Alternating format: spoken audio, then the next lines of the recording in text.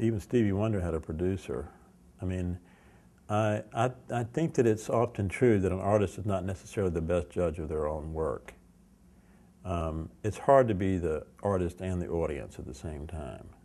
The Rolling Stones seem to be able to get by with it, but they're not many. You know, I think that a good producer can really help. It can help shape it. It can help give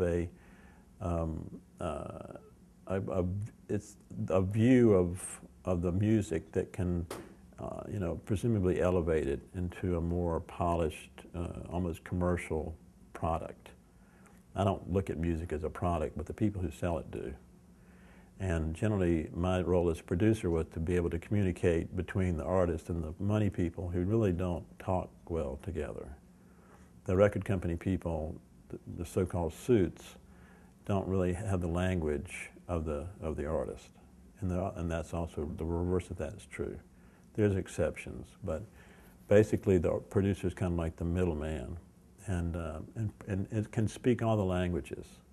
I know all the languages. I can talk the music language, I can talk the marketing language, I can talk the money language, I can talk the technology language. You know, it's just, that's kind of another role of a producer, to be able to navigate those various worlds that are involved in the production and the selling of music. So I think that producers can get in the way, but the idea is to find a producer that's almost like a fifth member of the band, or an additional member of the band, who is so involved in the music.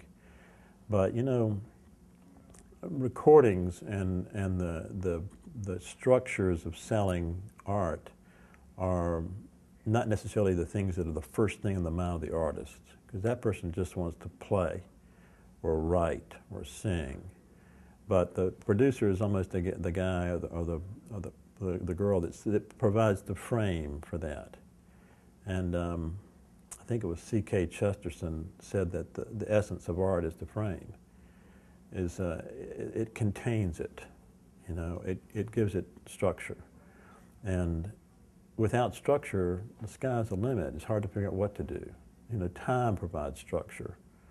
The musicians provide a structure. There's a lot of things that influence the structure.